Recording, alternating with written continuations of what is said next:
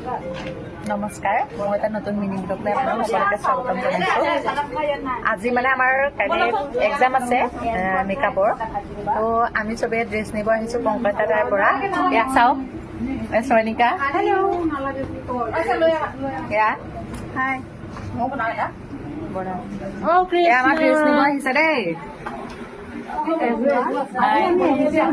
পংকজৰ ঘৰত আমি চব আহিছো একলগত পংকজৰ পৰা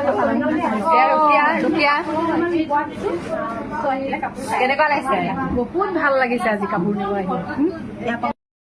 ইয়াত ড্ৰেছ দেই পংকজ দাৰ মানে ইমানেই কালেকশ্যন আছে, মানে আপোনাৰ দেখি মানে বহুত আচৰিত, মানে ইমান কালেকশ্যন আছে নহয়।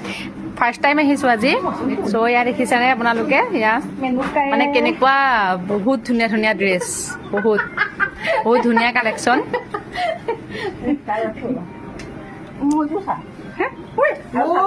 চাওকচোন ছাগলী এটাও আছে। ময়ো ষ্টাৰ্ট কৰিছোঁ চিলোৱা, অলপ শিকিবও লাগিব কেনেকৈ চিলাই কি কৰে। পংকজ দাৰ পৰা সেইখিনি অলপ আইডিয়া ল'ব লাগিব, যিহেতু ময়ো কৰি আছোঁ। পংকজাক ভিডিঅ' বনাইছোঁ দেই। এয়া আমাৰ কৃষ্ণা মেম, এয়া পংকজ দা। পংকজে কাপোৰবোৰ ঘৰতে কৰে ন? পংকজ দা, অ পংকজ দা, আপুনি কাপোৰবোৰতো ঘৰতে কৰে, নিজৰ ৰুমতে ন? বহুত ধুনীয়া ধুনীয়া কালেকশ্যন আছে দেই।